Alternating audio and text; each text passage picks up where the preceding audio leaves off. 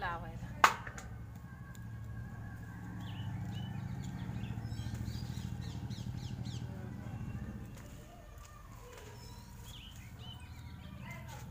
Call खाने लगे जरा ना.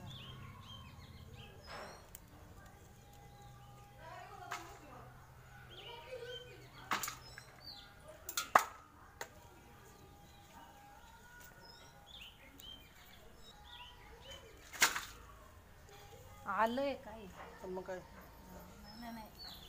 हळकुंड आहे पलीकडं आलं ठेवलंय मी मोड यायला.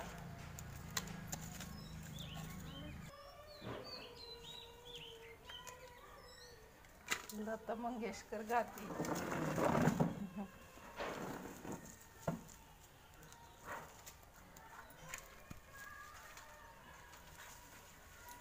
हळकुंड काढतोय आम्ही शेतात लावायला. इथं ठेवले होतं कोंब यायला त्याला 300-500. मग आता ना त्याला चांगले मोड आलेत. आता ते वावरात नेऊन लावायचं. 1 किलो हळद गाडले होते यामध्ये. त्याला एवढं कोंब आलेत.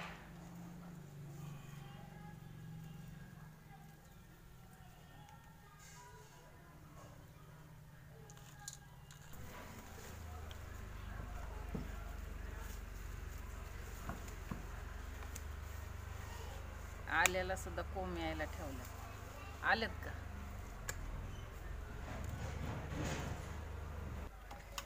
ह्या कुयांना मोड आलेत ना, तर हे आपण कोकणामधून आंबे आणले होते तिकडचे.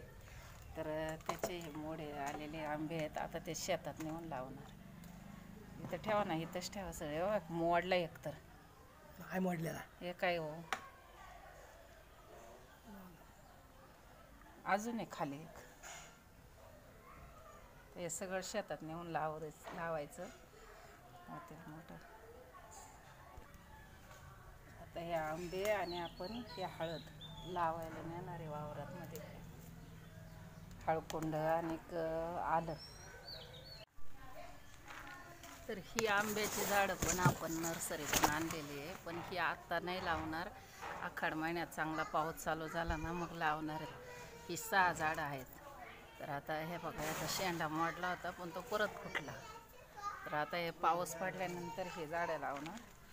आणि हे बघा, हे लिंब पण आम्ही गाडून ठेवलेली. त्याला लिंबाची झाडं आले. ते सुद्धा चांगला पाऊस चालू झाला ना आषाढातला मग लावणार. आपण चाललोय आता आपल्या वावरात. नमस्कार मंडळी, कशा आहात?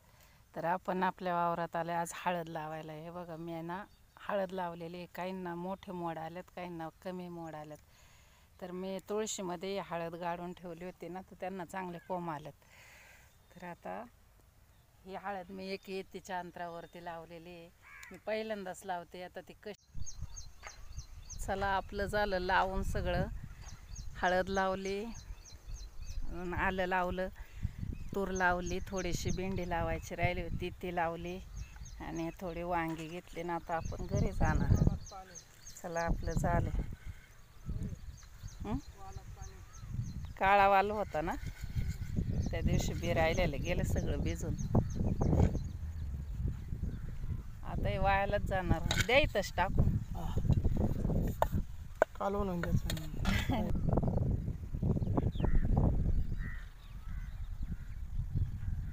उगवलंय ना सगळं. उगवलंय. चला, तर आमच्याकडे पाऊस चालू झाला आणि आता आम्ही आले घरी. तर तुमच्याकडे आहे का पाऊस? नक्की सांगा. चला, भेटूया परत. टाटा, बाय बाय.